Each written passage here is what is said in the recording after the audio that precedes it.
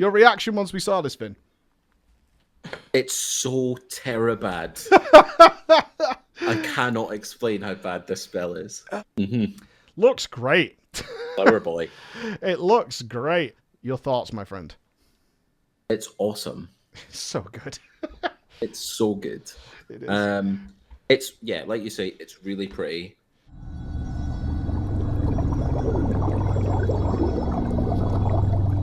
Ladies and gentlemen, welcome back to Covenant Wars!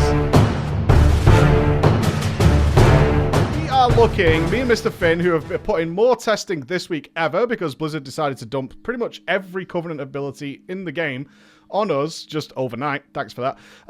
We've been putting ridiculous hours into this since Wednesday to test all these things out for you. We are still missing a couple, though. We are missing the DK, we're missing the Paladin, and the Rogue, so we won't be updating those now. But the whole purpose of Covenant Wars is balance aside. Which buttons are the most fun to press? It's as simple as that, and why. And obviously, it's a great excuse to show off some very pretty ones, which we are going to do, Mr. Finn, because we are looking at the prettiest, I would say, Covenant abilities, which are the Night Fae today. They're here to play. Oh, Come sweet along. Jesus. Oh, I hate the Night Fae so much. I think it's the introduction to the boss mechanic. What? I like to do that.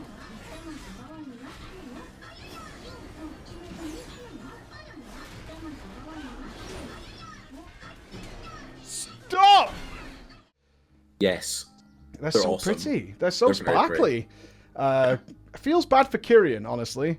Feels bad for Kyrian. They don't get anything close.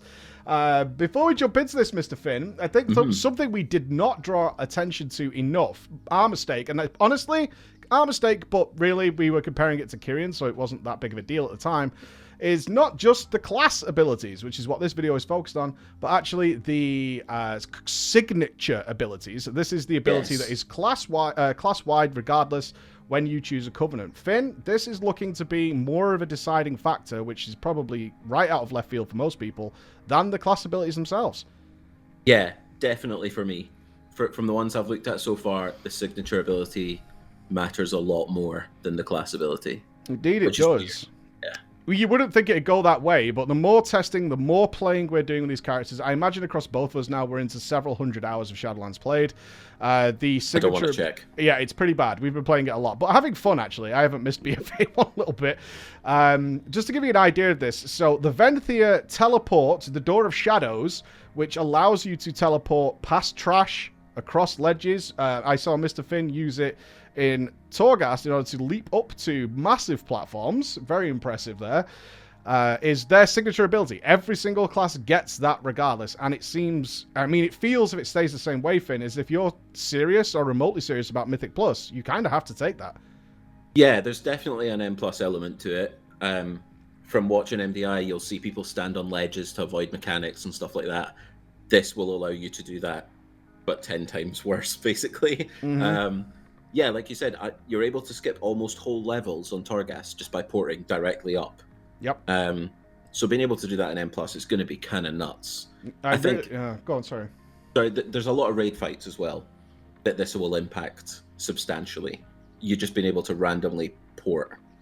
Substantially is an understatement. The ability to pass through, I mean, we've all seen the laser eye beams that come out of lots of enemies, and the ability to simply pass through them, even if, especially, and this definitely affects a lot more immobile classes. If you're an immobile class, your DKs and such, having the ability to teleport on a very short cooldown, it's like a 2-minute cooldown, so you can use it regularly during fights. You think about even Wrathion, Finn, the amount of support that Death Knights need from other players in order to get through that fight on Mythic. With Venthyr teleport, it lines up pretty nicely to, in fact, bypass a lot of the running needed in that fight and make them have a whale of a time. Yeah, I think there's definitely a case for, like, if you're not a mobile class, Priest, Death Knight, stuff like that, it's really strong. But if you can blink over a mechanic, it doesn't really matter if you have, like, a warrior charge or a leap. Like, that's still an additional thing. It seems way too powerful just now. It does. Yeah. And kind of funnily enough, I think the Night Fae one's worse. I don't think it's worse, but it is up there.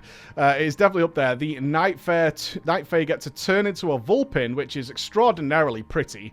There's no getting away from it, as much as I dislike the Night Fae. And they also get 3 blinks to use while they are a Vulpin form, which are short blinks. They're not big, and they do, there is a cooldown to be taken there, but even turning into a Vulpin form gives you a much faster movement speed. With a similar sort of short cooldown. It's hard to distinguish how powerful this is going to be in a raid fight. Yeah, it's essentially like Ghost Wolf, but you can blink 3 times during it. The thing that's changed my mind about this recently, and I've been playing around with it today as well, you can cast during it on Alpha just now. Well, we struggle with this one because if you go into melee, you certainly do break out of it. Like if you go into melee, you do break out of it. But as you said, you can get away with casting some spells in it right now. It almost feels particularly unfair because they are both movement related, which obviously I imagine some of your imaginations are already running wild with the kind of things you could do with this. But it's compared to the Kyrian steward guy. Yeah, he brings your potion. Woo!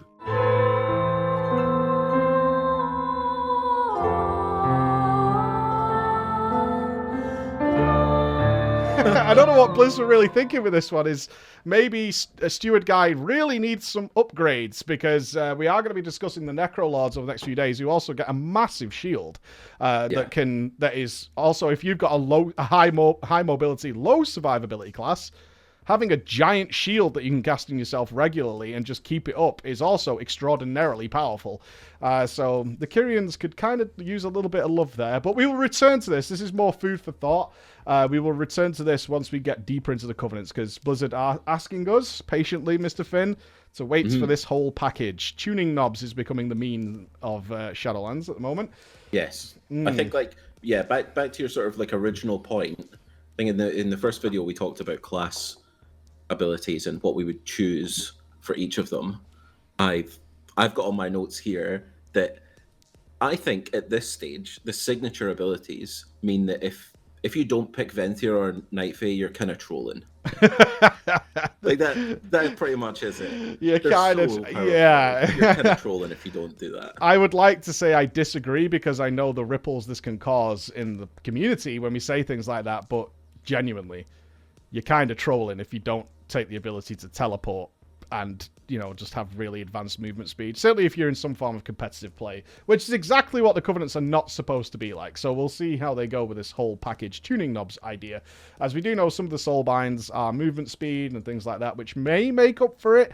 Hopefully the soulbinds aren't entirely dedicated to try and nullify the other Covenant abilities. Otherwise, we've got like 4 systems that are a waste of time. But let's wait and see on that. Let's jump into these Night Fae. A reminder once again, DK, Paladin, and Rogue not available, and we don't know when they will be available. So it was either a case of we wait an indefinite amount of time before looking at these, or we'll just revisit them at some point in the future. So we do have our list here. Boom! There it is on the screen. And this is what we chose last time. It was kind of one-sided, Finn. We agreed universally for most things. Yeah. Except ones that we thought were shit. I think it was just Priest because we thought both of them were shit. And Warlock. I went Warlock. But these were both under a certain understanding that they may work differently than they actually did in the game. Yeah. Which they don't, by the way. We've now tested them more. They haven't been changed anyway. Let's kick off with the Demon Hunter then. The new ability, The Hunt. Where you charge to an enemy, you inflict some AP, 250% attack power is what it is right now, nature damage, you root them in place for 3 seconds, the target is then marked for 1 minute, and increases your fury from Demon's Bite and Shear against them by 50%, and then you can use the button again every 30 seconds to teleport behind the target and ignore line of sight. It has a 50-yard range, a 1-second cast with a 3-minute CD. Your thoughts, Mr. Finn, on the Demon Hunter? Yeah, so I played this when we tried to do one of our really high Torghast runs and I was playing Demon Hunter Tank. And there's probably a few scenarios where this is useful. Clearly the 50-yard range is kind of ridiculous. So if an ad spawns at the far side of a fight and your Demon Hunter Tank needs to get there, probably pretty good. They do lack mobility. Yeah, they really lack mobility in gameplay. That's the point with this. It's like, it's clearly a mobility spell on the most mobile class in the game. It feels a little bit overkill and kind of out of place. And we got to the stage in our run where I think I said to you at a point, like, I haven't pressed this in like 10 minutes. Yeah. Like, I just sort of stopped pressing it. A noticeable theme that we've both been talking about backwards and forwards when we've been doing this massive amounts of testing is on some classes you're pressing these abilities all the time, and then on other classes you just forget they exist because they're neither here nor there. And that's how you can kind of feel, okay, this one isn't quite working out because I don't even care if this ability exists regardless of what I'm doing. And the hunt fell into that category for you there? Yeah, it's clearly a good ability. Like the numbers and stuff behind it are really good, but as like fun to press, I would rather leap into the group and like infernal land than charge to a single enemy. I just think it's not something the Demon Hunters really needed. Fell Rush is better and Infernal Leap is better. Yeah, for sure. And it also raises the question is they have changed some of the resource generation for Demon Hunter coming into Shadowlands, and many people, including myself during testing, noticed it and felt it did feel a little clunky with how Fury was generated. Really hope they haven't kind of gimped that and then put in Covenant abilities that kind of offset the nerf. You know, is kind of what they do with price changing, where they raise the price a month before they put it on sale so that the actual sale price is still the same. Stuff like that. I really hope that isn't the case here. There's obviously some PvP elements here, being able to ignore line of sight and get back to the target, but it's more niche. Now, one thing I did want to bring up here, Finn, is both of us chose Venthyr last time for the Demon Hunter, and that was under the proviso that the dot that comes from the Venthyr ability would activate on Demonic, because it gains a AoE bonus if you go into Metamorphosis. Now, we do know, now we've been able to test these properly, because we couldn't last time, that is not the case. Do you still want to stick with Venthyr? Do you want to move to Night Fae, or do you want to go to Kyrian? It's so close, because I almost don't like any of them now, which is kind of weird. It would be really close between Venthyr and Kyrian, I think. Yeah. I think to be honest, this is probably going to come up a few times, but if I was playing Vengeance, I would go Kyrian for sure. And if I was playing Havoc, I might go for Venthyr. Yeah, I'm kind of alongside with you. On the fence. I would just double up onto Kyrian, which is the Elysian Decree. Purely because one thing I'm looking for from these is something useful in all scenarios. I want something that's good in raids, I want something that's good in the open world, I want something that's really good in dungeons and things like that. Elysian Decree, it's not the most interesting thing. You throw it on the floor, it does a lot of damage, gives you some shards. I'm fine with that. Like, out of the three, which have more niche usage, I'm edging back towards Kyrian on both specs, because I can throw it down, I can utilize it, and I know it's good, regardless of whatever content I should happen to be doing. Yeah, that's a really good point. Yeah. But Venthyr does get Door of Shadows, so... and Kyrian gets Swole Boy. So that's... You don't want the potion? No? Compared to being able to teleport? I mean, okay. Now, let's go to one of the more hilarious ones that we tested. This clearly is not working. Which is the Druid Convoke the Spirits, the one we were most excited to see.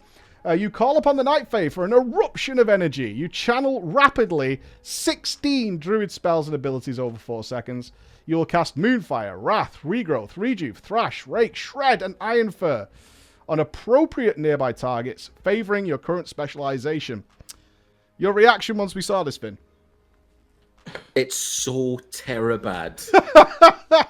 I cannot explain how bad this spell is. It's hilariously bad. It's kind of fun to watch. Yeah. I want people in my raid to use it because I want to be standing next to them when they thrash nothing 8 times in a row. I can only assume it's not working properly. We can only assume that. Right now, no spoilers. This is not changing for either of us because this spell is awful. It says it's supposed to favor your current specialization. Let me tell you, and Finn watched it happen, I believe we do have it on video, is while using it as a Moonkin, it never fired a single spell. Instead, it thrashed 8 times with nothing around me. My character just stood there just thrashing the air while I channeled it. And then just threw like 4 regrowths on me, which did nothing. Like it physically, several times that we tried to test his ability, it physically did nothing of benefit whatsoever. I just stood there shredding and raking the air, iron-furring myself. You know, as Feral, I would be doing Solar Wrath for like 100 damage.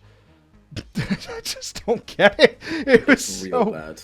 It is extremely bad. What we hoped for was we would become a turret, which is, you know, you'd shoot off 1,000,000 wraths or 16 wraths and moonfires and things like that. And if you were Resto, it would do a lot of heals and things like that. It actually just does a combo of stuff, and it's purely randomized what it does. So it might do 8 regrowths and then 8 thrashes, which is what we have seen. It might do a load of wraths while you're a guardian, and you'll get no healing out of it. I don't know. I don't know what to say. Having to stand in melee as a caster is never fun. It was our faces when we fired it, and my character just had the thrash animation going on around it. And you're channeling, so it's not like you could do anything else. So you literally stand still and just sort of like swipe the air madly for 4 seconds. And then you're like, okay, that's what I did. So at the moment, I don't think I need to check whether either of us are choosing this, but we're not. We're not. I will say, I did bring this up with our interview with Morgan about these fire and forget style abilities, which this is. And maybe they are going to look at them.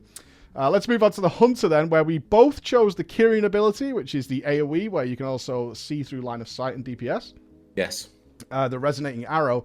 The Night Fae are bringing to us the Wild Spirits. You summon a Wild Spirit at the target location that applies Wild Mark to all enemy targets below it for 15 seconds. While the Wild Spirit is active, each ability you use against the target affected by the Wild Mark calls forth a Spirit Beast to strike your target. Sounds awesome. Finn? Looks really good too. Mm-hmm. Standard Night Fae looking awesome, to be honest.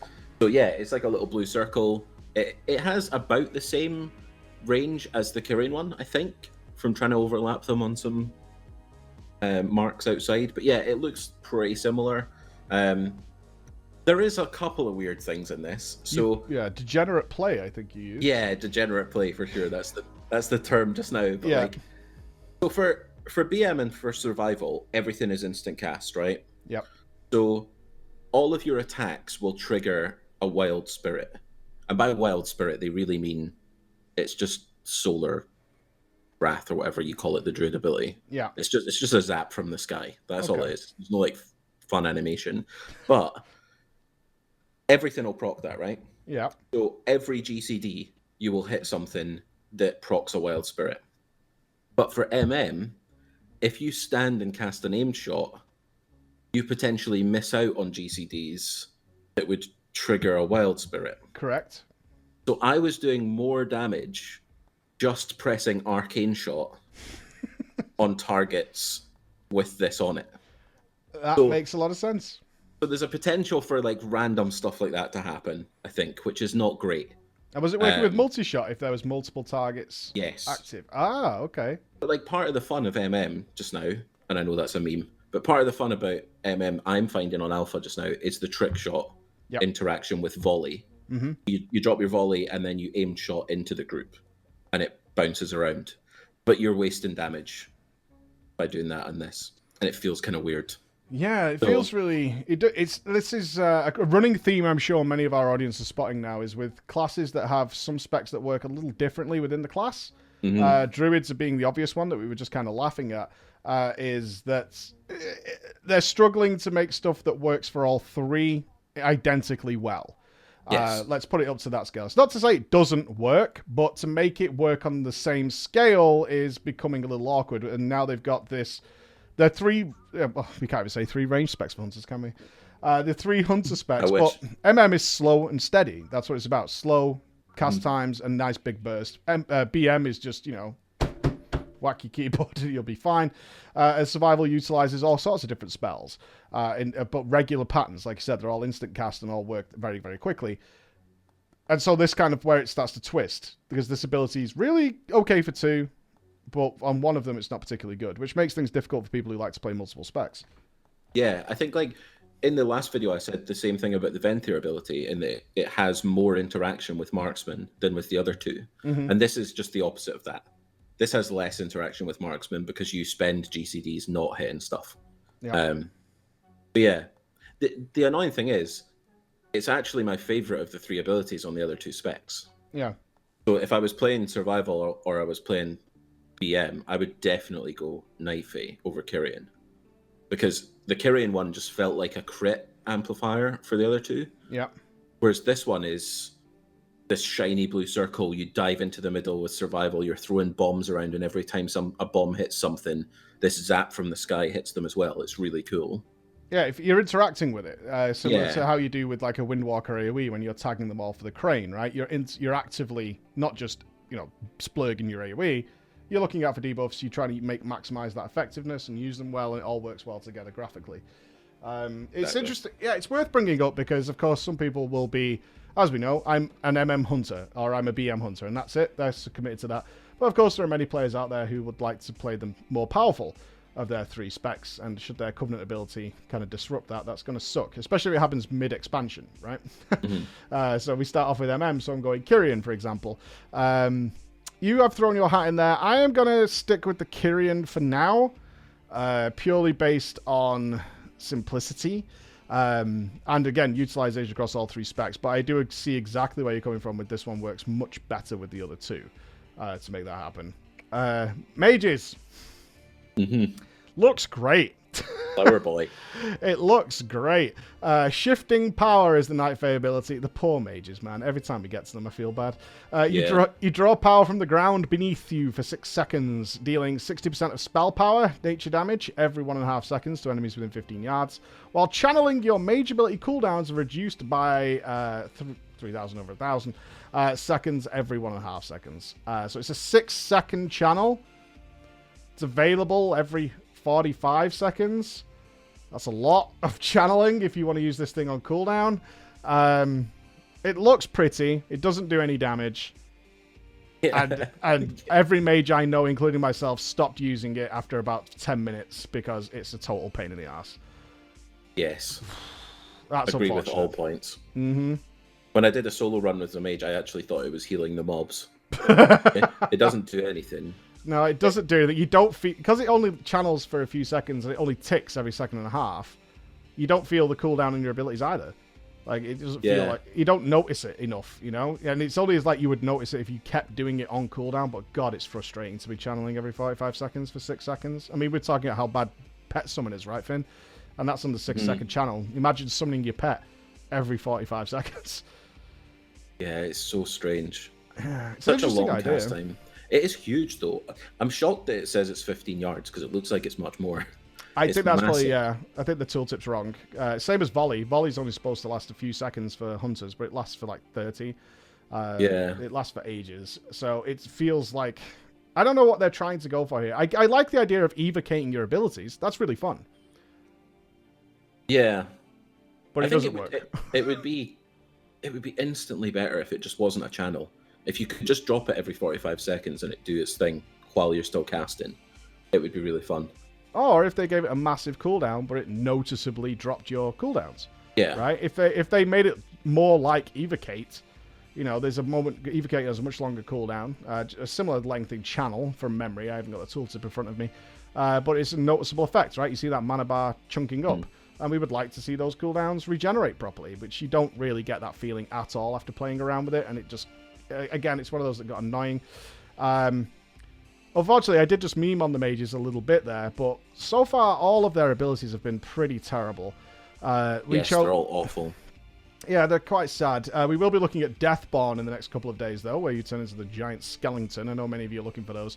But so far, I think we're sticking with Kyrian on this one, just out of the fact that you can utilize it, and it's not that annoying. Yes. Yeah, there is some synergies to be had there. It does work. So let's move on to the monk on this one. Now, this thing is pretty cool, Finn. I think we all agree. The Fae-lined Stomp. Not the ley line. It's a Fae-lined Stomp. You strike the ground fiercely to expose a Fae line for 30 seconds. Looks gorgeous. Deals 60% of attack power as nature damage. Brewmasters ignites them with Breath of Fire. Mistweaver heals allies with an Essence Font Bolt. Windwalker and rips chi and energy spheres out of enemies, as long as they're in it. And your abilities have a 10% chance of resetting the cooldown of Faeline Stomp while fighting on a Faeline. Your thoughts, my friend? It's awesome. So good. It's so good. It is. It's, like you say, it's really pretty. It resets all the time. So you fill the room with it eventually.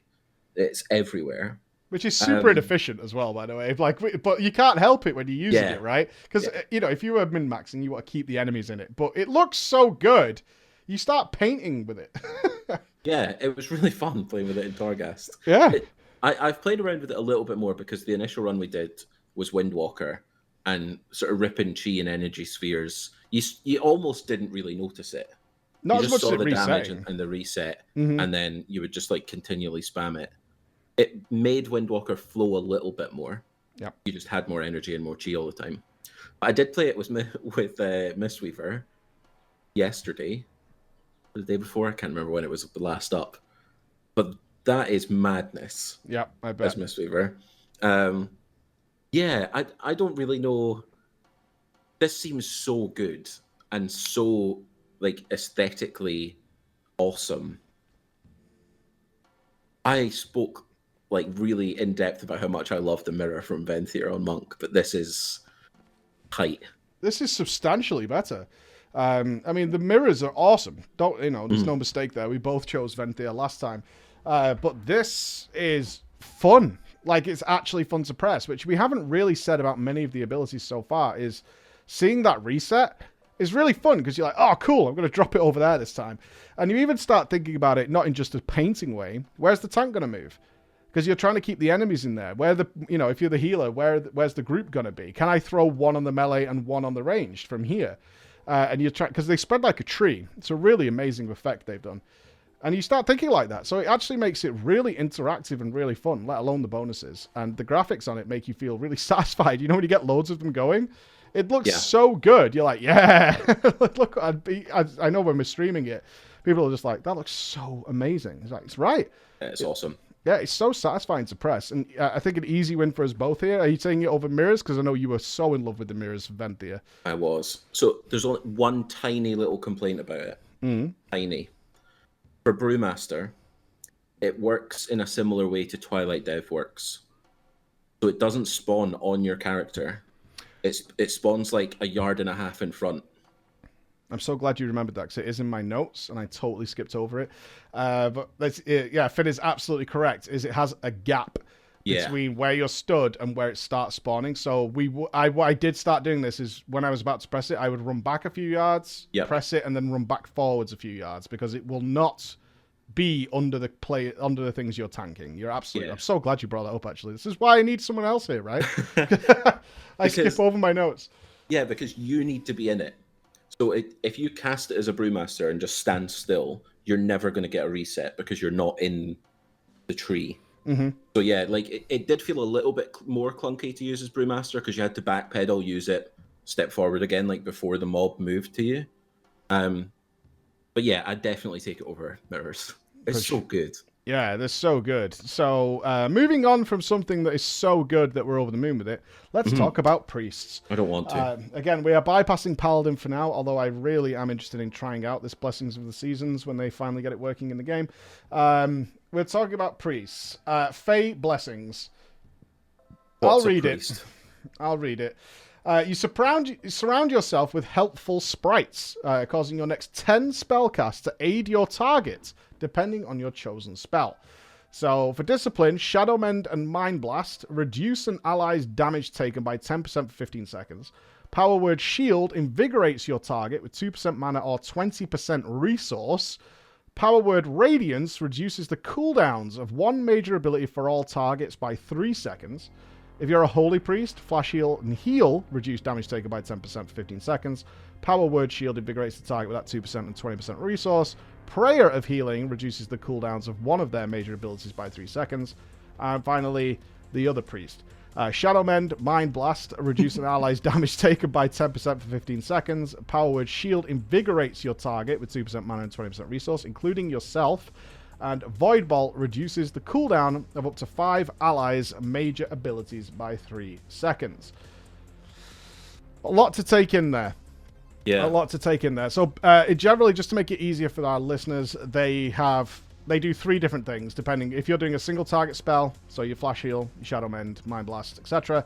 That's going to reduce an ally's damage taken by 10%. If you use Shield, you will give that person, including yourself, 2%, not including, but if you cast it on yourself, it'll work on you as well, 2% mana or 20% resource. So in the case of Shadow, it gave resources.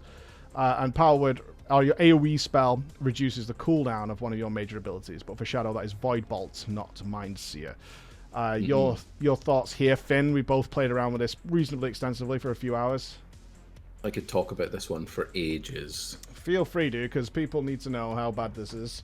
So it's so bad that I actually spoke to Alex about this earlier, and I said to him, he's going to need to have like comps set up for this. How annoying this ability is going to be to use. So it's quite clearly the best priest ability for a healer. Yes. By far. By like literally miles. Like you're like, if you're not taking this. Yeah, really. Not even close to the other one. You bring so much to your party, so much to your raid comp, that if you love playing a healer and like bolstering your allies is your thing, this is like the ideal spell to do that.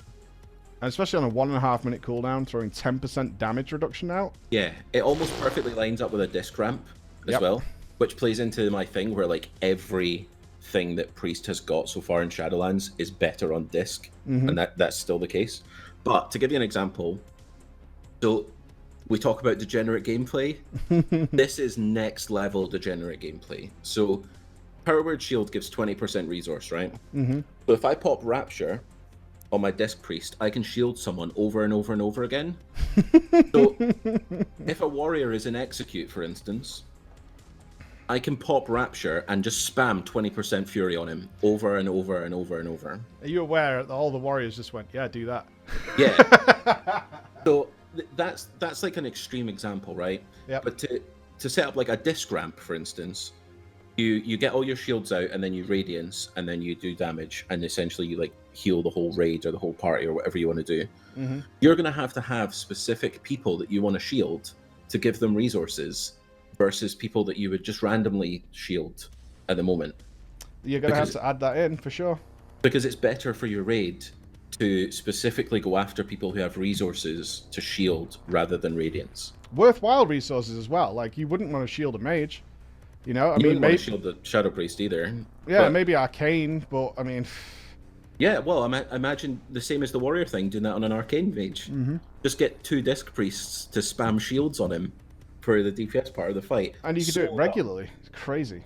Yeah, it's so dumb. For Holy, on the other side, you can spam Prayer of Healing over and over and over again. It's not like limited in any way. So if you pop this as Holy, you can cast 10 Prayer of Healings, which reduces cooldowns by 30 seconds. It's huge. It's massive. I mean, you would have, because one of the problems we've run into, certainly in BFA, is that we've all kind of been running on different cooldowns. So the question of Bloodlust, I know this is nerd stuff, I'm aware, but the question of Bloodlust has come up regularly. Who's got what and when? Because we all keep misaligning. You could have the group who has the longer cooldowns as this Prayer of Healing heal group to bring everybody back into line, you know, to get maximum output. There's all sorts of min-maxing you could do with this thing. It's really crazy. It feels like, although it's going to be a fun spell, when you read it, you're like, oh, that sounds fun. I can give people resources. But you might actually end up using it in a way that is not really healing. Yes. It's just reducing cooldowns for people. Well, we've had this before. I'm kind of interested as to why they did this, because they toyed with this during Wrath of the Lich King. They gave Resto Druids, Rejuve, gave resources. So what you would have is a Resto Druid who was supposedly a healer, but their primary role, in fact, was to make sure that Rejuve was constantly ticking, typically on the melee. You would be giving them rage, and you would be giving them energy. So they just had Resto Druids doing that, and it got changed rather quick because it's annoying AF, and the healers really got tired of basically wasting their time giving healers. Some people love playing support role, but there's a lot of people who really don't, and if you push this into the game, like you said, it's like, as a healer, do you really feel like you have a choice when you have something like this? Unless they, you know, manage to mesh it into the soulbind somewhere.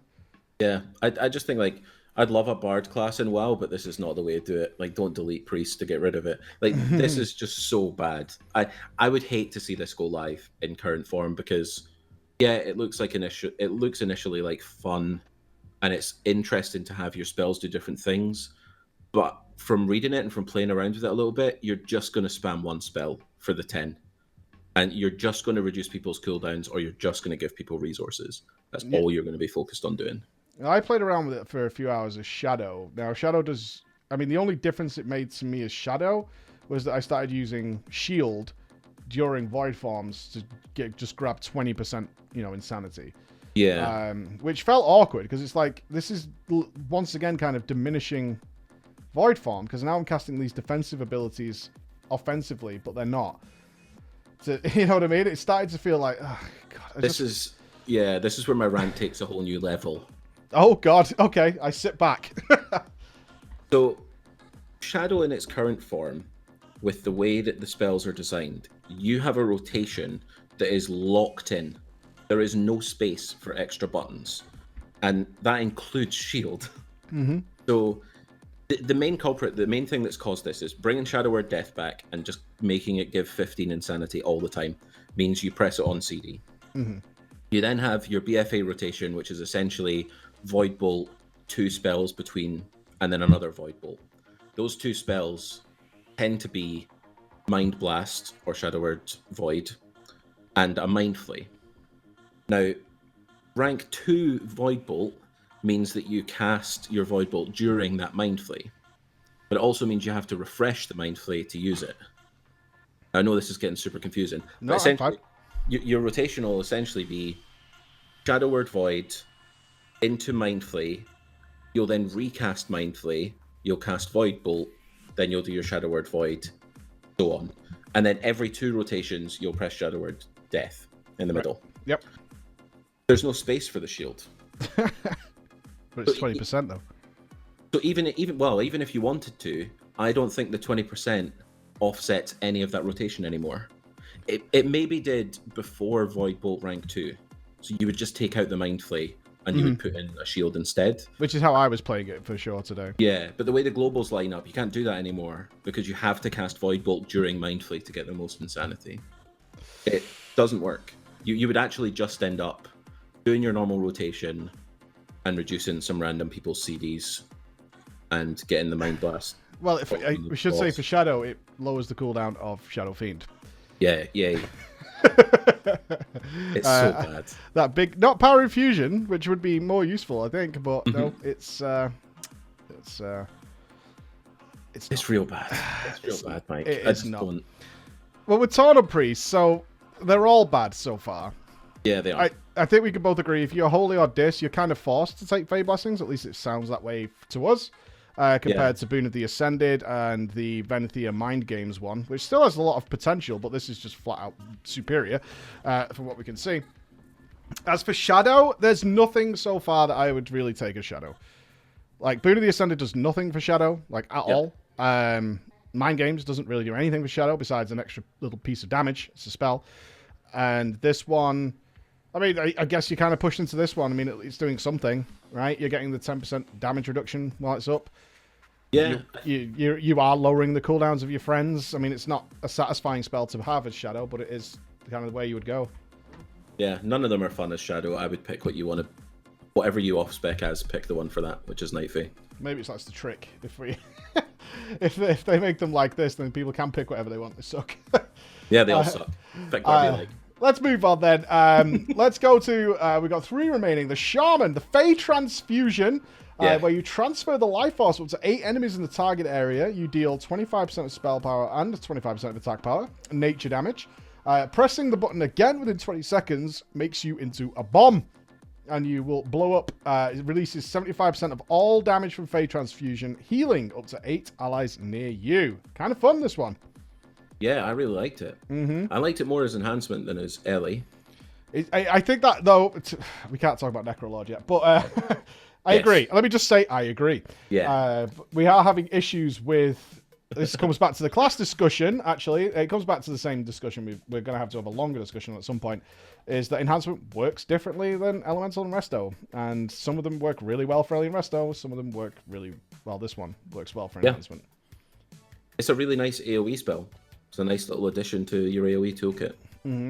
You still prefer it over Vesper Totem, which is where we landed last time, which does a mix of both. This is a channeled spell, but as we talked about before we started discussing this, there is a spot in enhancement, which is why I said it fits quite kind of well to throw that in.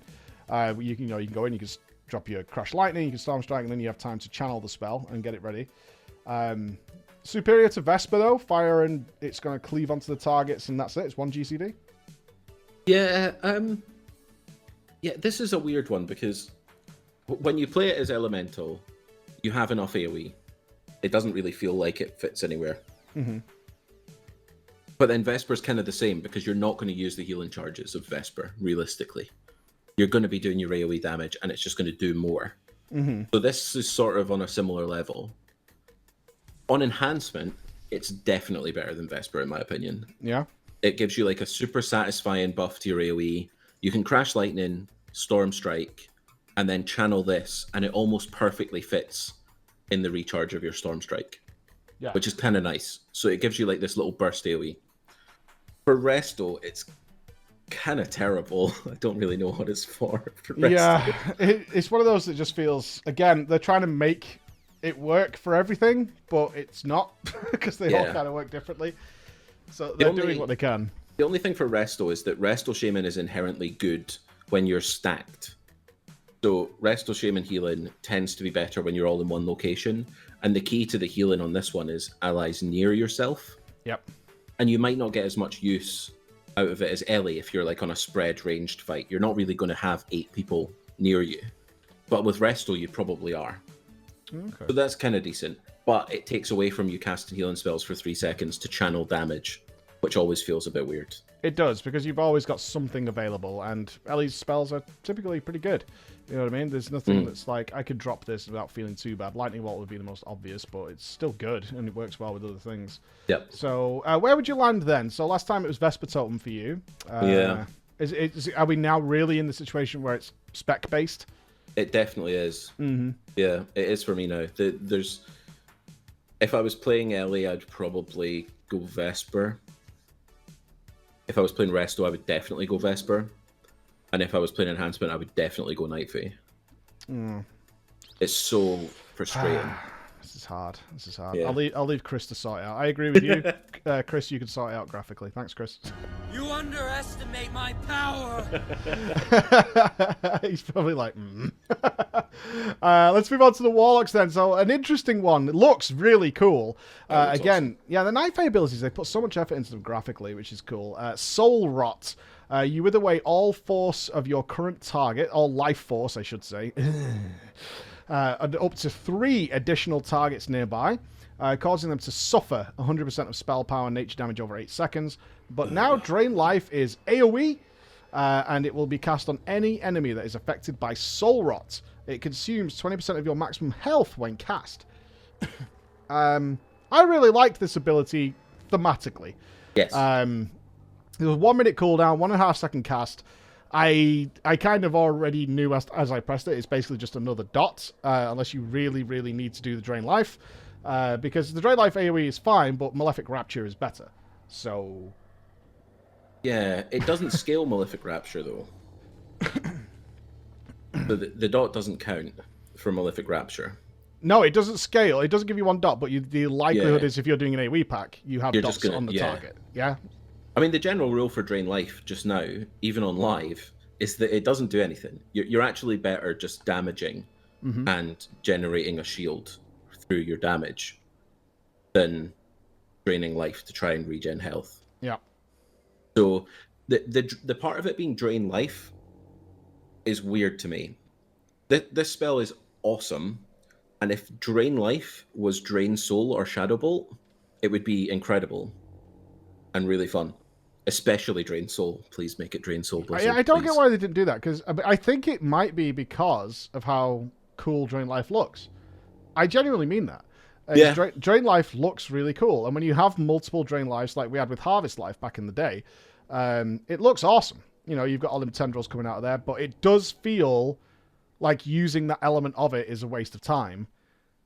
And as you just said, there's better ways of doing the same sort of thing, and therefore that element does get lost. I mean, I utilized it to show it off, but I never felt like it was an effective use of my time, if I'm being honest, especially with the amount of dots. If you're playing Affliction, for example, the amount of dots you're managing, you're channeling a full Drain Life just feels kind of off. Yeah, if anything, it feels more out of place on the other specs as well. Because demo, you really need to like focus on getting demons out for you to do any sort of decent damage. Yep. So that bit's a bit weird. For Destro, I don't know. I would always rather Havoc something than Drain Life 4 targets. But it's just always going to feel better to have like a Chaos Bolt instead. So yeah, it's a bit weird. I think if you could shard snipe with it somehow, with like Drain Soul on Affliction, or if you could generate shards with it on the other 2 specs, it would be much better. Yeah, for sure. Because we had a conversation, well, not me and you, but me and some other warlocks were chatting, and it's like, what if the Drain Life was automatic? So if you fired off Soul Rot, when it's, you know, it spread, and then a second later it started draining life at you without you doing anything else, it's just a passive effect.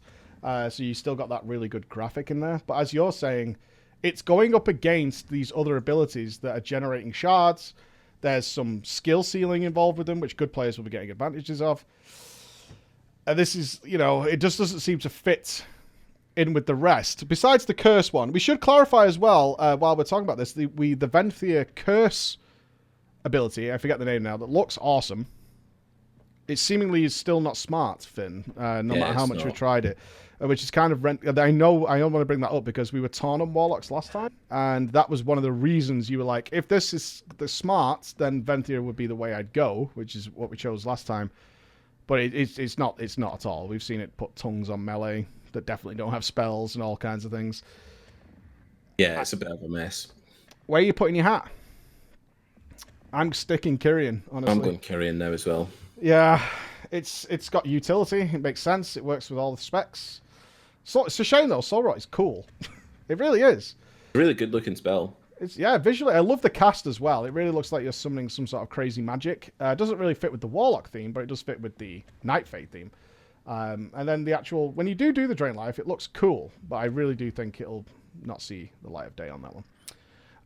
Lastly, the Warrior. Did you get a chance to play with this at all? Just a little bit. Not nearly as much as you. The Ancient Aftershock. You slam the ground. This might sound familiar, audience, to another spell that you know. You slam the ground with your weapon, releasing a shockwave. Dealing attack power as nature damage and stunning up to 5 enemies. Might sound familiar. For 1.5 seconds. Enemies struck take 42% of your attack power as nature damage every 2 seconds for 12 seconds. But here's the twist. It transfers it to you as rage. 6 rage to be more specific. It is instant cast on a 1.5 minute cooldown. So it does sound... It is Shockwave. It's not the same Shockwave. Normal Shockwave does do a longer stun. It's more of a knockdown than anything. The stun is only for 1.5 seconds, but it does stun up to 5 enemies. But the big thing that comes from this, of course, is applying this dot, which then feeds you rage. It's a spell that, like, sometimes is so good, and then sometimes kind of sucks, depending on when you can utilize it. It's a bit more niche than I thought it was going to be. I was kind of hoping you would do the Shockwave and kind of get a big bulk of rage back for doing it. So it was like here's a rage bar kind of ability. But what actually happens is it is based on the dot. So it'll be fine in like higher Mythic Plus, where the dot is taking full advantage, because what you do have is you can blow a load of rage, then the dot ticks again, your rage bar fills back up, and you can blow a load of rage, and you can really go to town. Outside of that environment, though, what you find is that you Shockwave, some of the targets die instantly, so you get 0 rage from it, and it doesn't really do anything, because it is up to 5, so depending on how many mobs you're attacking. And then you're left with like a couple of mobs which don't have the dot on them, or maybe one that does, so you only get a trickle of rage coming out of it. It has all these kind of floods and also dehydration. You know what I mean? Where you feel like, I've saved this ability up because it is on a 1.5 minute cooldown. You fire it off. Sometimes it's great, sometimes it's not. I actually think in higher level play, though, it'll be consistently awesome for what it does.